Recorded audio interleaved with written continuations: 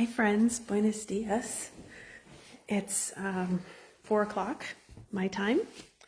And what does that make it for you? 9 a.m., right? 9 a.m. if you are in Minnesota. So I want to chat with you. I walked from Redondela, Spain to Arcade, Spain. And I thought it was going to be about 4.5 miles. It ended up being almost 6. I keep doing that to myself, but that's okay. This body is working it and it's happening and it's all good. So whatever the miles are, they are, and I just keep on stepping, right? That's all I need to do. Just keep on walking. So I wanted to chat with you about the perfection in the plan. I was, I had my entire plan set up ahead of time. I know my schedule. I know exactly where I need to go each day. I know exactly where I'm staying each day. And so it gives me exactly where I need to show up, right? Where a lot of pilgrims will walk until they're tired and then they find a place at that point. They'll find a hostel or some other option at that point. What's interesting though is I spoke with a few pilgrims yesterday, and they arrived in Redondela where I was staying last night, and they did not find a place. So I don't know, what do you do in that case? Do you get a ride to somewhere else if you're tired? Do you keep going? I don't know what the options are. So it's interesting, since Vigo, I mentioned this on a previous video if you saw it. Since Vigo, there have been a lot more pilgrims that have jumped on the path. And part of the reason for that is because from Vigo to Santiago is about 100 kilometers. And if you want to get the credential, it's 100 kilometers or more, having it stamped, all of those things. And so we gain a lot of pilgrims from Vigo forward. So as I mentioned, it feels like it's the 4th journey so far. So from Lisbon, because I started in Lisbon, that was like the first journey, right? And then we get to Porto and we add a bunch of people in Porto. Between Lisbon and Porto, I saw maybe 15 or so pilgrims. From Porto, that felt like the second leg of the journey, right? From Porto to the end of Portugal, which is Camino, or from where I cross over, we'll say, into Spain as Camino. That felt like the second leg of the journey, right? Because and this was an unexpected piece for me, when I crossed over and into Spain, it made me emotional, because if you look at from Lisbon to Camino, where you cross over into Spain on the ocean side, that's a journey in and of itself. That's quite a distance, and it made me a little emotional. So I felt like that was the wrap of 2. So then coming into Spain and like starting the 3rd one, I feel like that was the 3rd start there. And then now a couple days ago when I left Vigo, 2 days ago, that feels like another journey has begun, because now we've added that many more people because of how much closer we are getting to Santiago, and you still have the opportunity to get your certificate. So it's been really interesting. And also in speaking with some pilgrims, I still, especially now, most of the people that are coming on the trail are coming with a group. It's a group effort. They are coming with their girl gang or guy gang or couples gang or whatever it is. There are a lot more groups of 8 and 10 people. I probably, this morning as I sat overlooking the square, my apartment looked over the square where the path was, so I could sit in the space where I was staying and kind of watch people as they left. I probably watched 150 to 200 pilgrims pass through, and the majority of them were in groups of 4 or more, which was really interesting. And that's new since Vigo. Before it was mostly couples, maybe 2, 3, sometimes 4, but today I witnessed 4 or more. So that was really a really interesting journey. Back to what I started to say. So the perfection in the plan, right? Amy, you're asking how many miles have I already gone? About 200? No. I would say we're closer to 400 because it's probably actually over 400.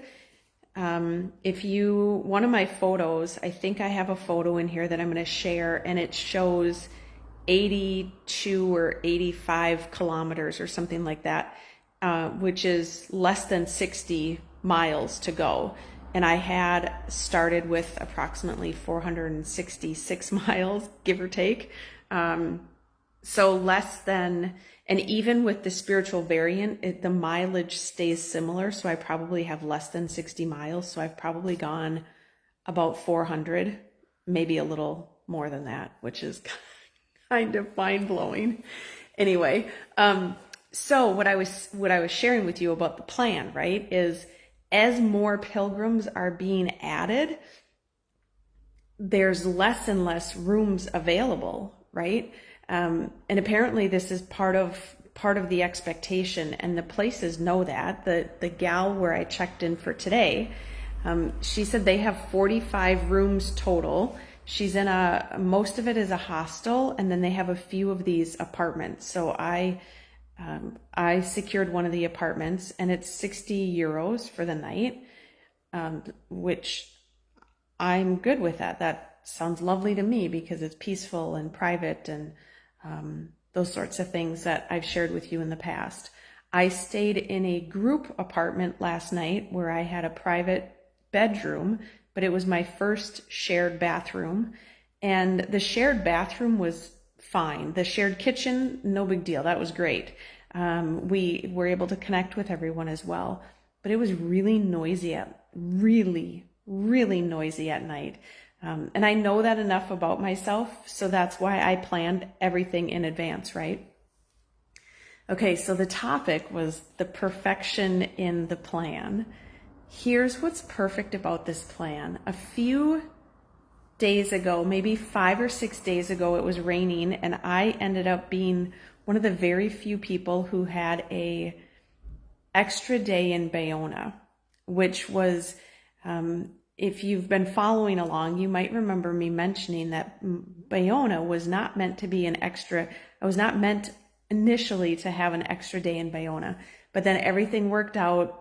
The one hotel hounded me, the other place hadn't confirmed it yet.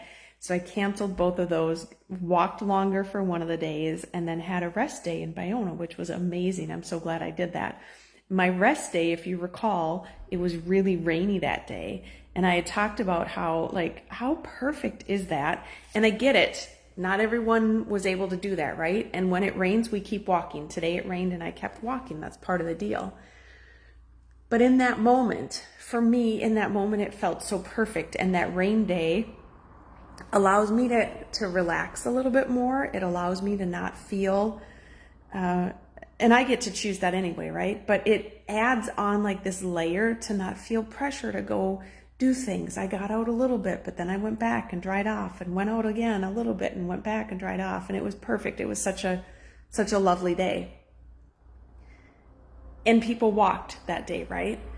But the perfection in the plan and how that all came together. And there have been other things too. Well, it happened again today. So how perfect is this? As I was planning this, for whatever reason, and I believe now we know why, for whatever reason, there was a knowing that I was going to walk a couple shorter days leading into this longer, potentially challenging day I have in a couple days coming up. Yesterday, my walk ended up being about 10 miles, not quite 10 miles. Today, it ended up being almost 6 miles. Tomorrow, it will be about 7 or 8 miles. So it's a few shorter days. And as I heard, we'll talk about the heard and the knowing more at some point, but there's a knowing that I'm working with now. I knew when I planned this that I was supposed to break it up the way that I broke it up. I knew it, which is why I did it, and I listened, and I got it planned, and I had everything reserved. And then as I was looking back on it, it's like, why would I break it up and only have 5 or 6 miles in the middle? Like, why not go a little bit longer? Like, my brain, like the thinking mind, right, gets in its own head, gets in its own way and starts asking these questions.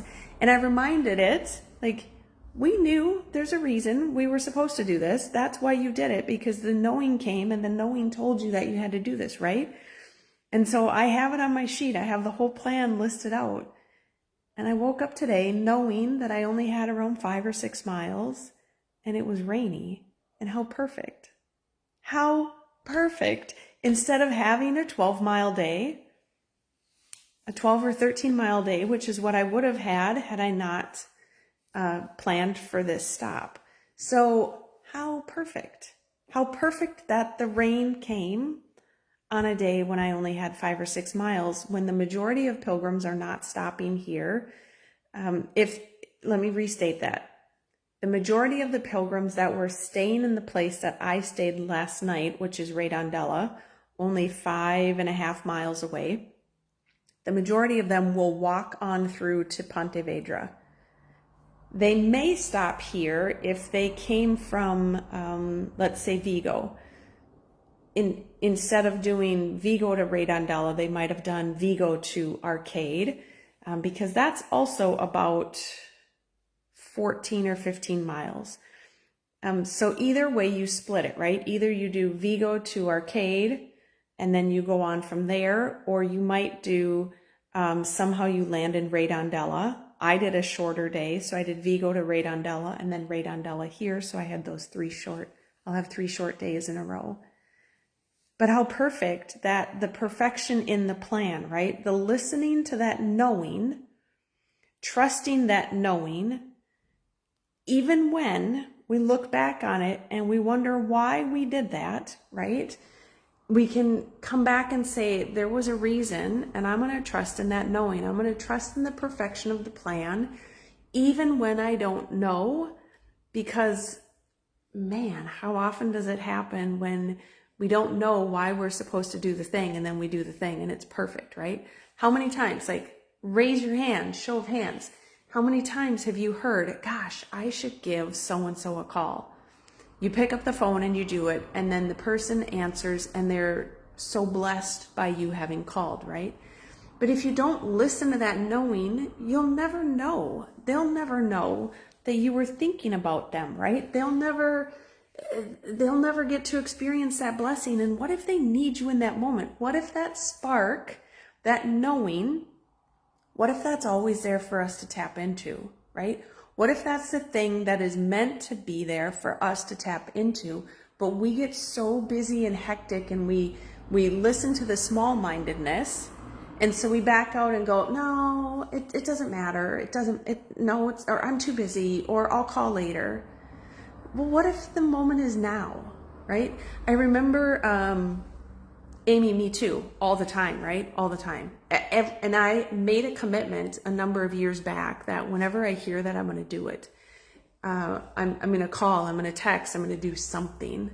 And it's been amazing. The number of stories that I could share of people will answer the phone, or she'll answer the phone, whoever it is, right? And she'll have tears in her voice because it was exactly what was needed, right? A number of years ago, Caitlin, if you're still on, Caitlin and I went to see Elizabeth Gilbert when she was in town, and she was talking about her new book, and I'm going to get the story not exactly perfect, but you'll understand where I'm going. And she was talking about, she had this great idea for this book, and how it had come in, it had downloaded in, right? And she'd started writing about it, and it was important. And then something came in her life, and I'm going to shorten and paraphrase real fast here. Something, life happened. Let's just say it that way, because we all know what that means. Life happened. And the book got put to the side. And then she said that she went back to kind of rework it or lean into it again, and it was gone. Like, she couldn't, not that it was physically gone, but that she couldn't tap back into the energy of it. And later she connected with someone who had written basically the book that she was writing, and she had a full story around it, named the book, gave the author and everything. And she talked about how she believes that, call it whatever, God, spirit, universe, divine, whatever you want to, or the knowing is up there, like whose head is open and available right now? So like if we're all just sitting here underneath this cloud of sparkles and twinkles, right? Like we're the ones down here, right? And but yes, big magic, but that's not the book she was talking about. It was she was here talking about that book, but it was a different book that she had worked on writing. It was a completely different story that she actually never wrote the book. But imagine the way that I visualize this, and Barbara Brown Taylor talks about this in one of her books as well, Alter in the World. The way that I have pulled it from both of them in their different ways and kind of explained it is, so imagine we're all just sitting down here and there's like this veil of sparkles above us. And the idea is, are we open? Are we aware? Are we ready to grasp it? Because if we are, then that will drop in, right? It will be given to us. It's not that it's not available for everyone. It's just who is the one who in that moment has their hands open saying, here am I. Here am I. Not here I am, but here am I. And I love how Barbara Brown Taylor, in one of her books, I believe it's An Altar to the World, talks about the moment when there's something, this beautiful inspiration, right? This moment of inspiration, and we say, just a minute, I'll be right back. And we go take care of the thing we're meant to take care of, or that we think we have to take care of. We come back and the moment of inspiration is gone. And instead, what we're being asked to do is, in that moment of inspiration, can you put your hands out and say, here am I? Here am I. How can you use me? How can I show up today? And I feel like that's part of, I feel like that's part of the knowing and the perfection of the plan. And like, Jen, you don't have to know all the details, but I tell you what, when I was walking through that heavy rain today, knowing I only had a couple miles left, that felt really, really good, rather than thinking I had another 7 or 8 miles left. That was nice. Things like that, or knowing, having that moment of that flash of inspiration, and then reaching out to someone and saying, hey, I was just thinking about you. This came up. Just wanted to let you know. And it's a blessing, right?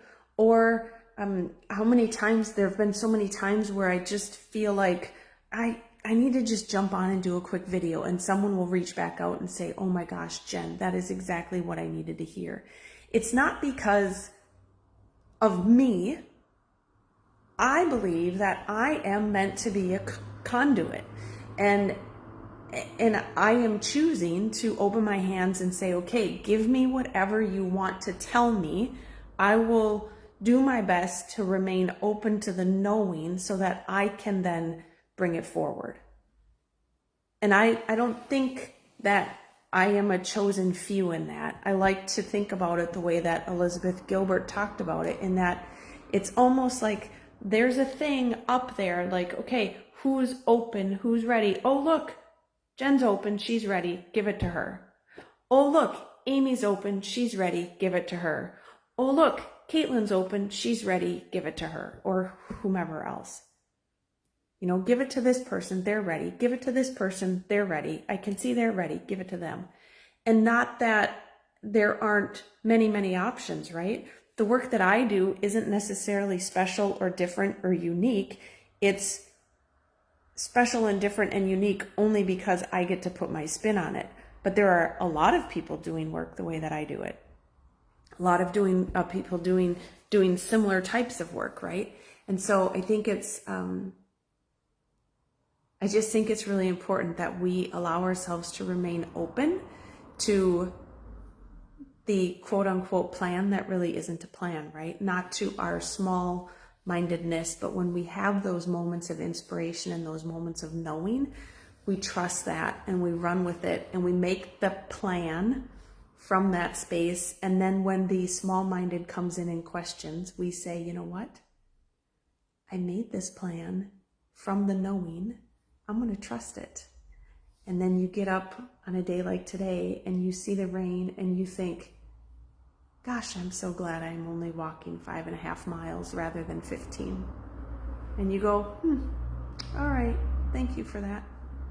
Thank you for that. All right, friends. I'd love to hear, what is your knowing? What is your thing? What is the thing that's percolating or dropping in for you or showing up for you right now? I hope you're having a great day. Let me know if you have any questions. I guess it's morning for you, right? I hope you're having a great morning. I hope you have a beautiful day to come. And let me know if you have any other questions. And we are less than a week out.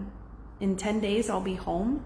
I arrive in Santiago next Monday, and I'll be celebrating my birthday, which is a week from today, in Santiago around some of the historical sites, and getting to celebrate another year. So that's really exciting. So I hope you have a wonderful day. I'll talk to you soon. Bye.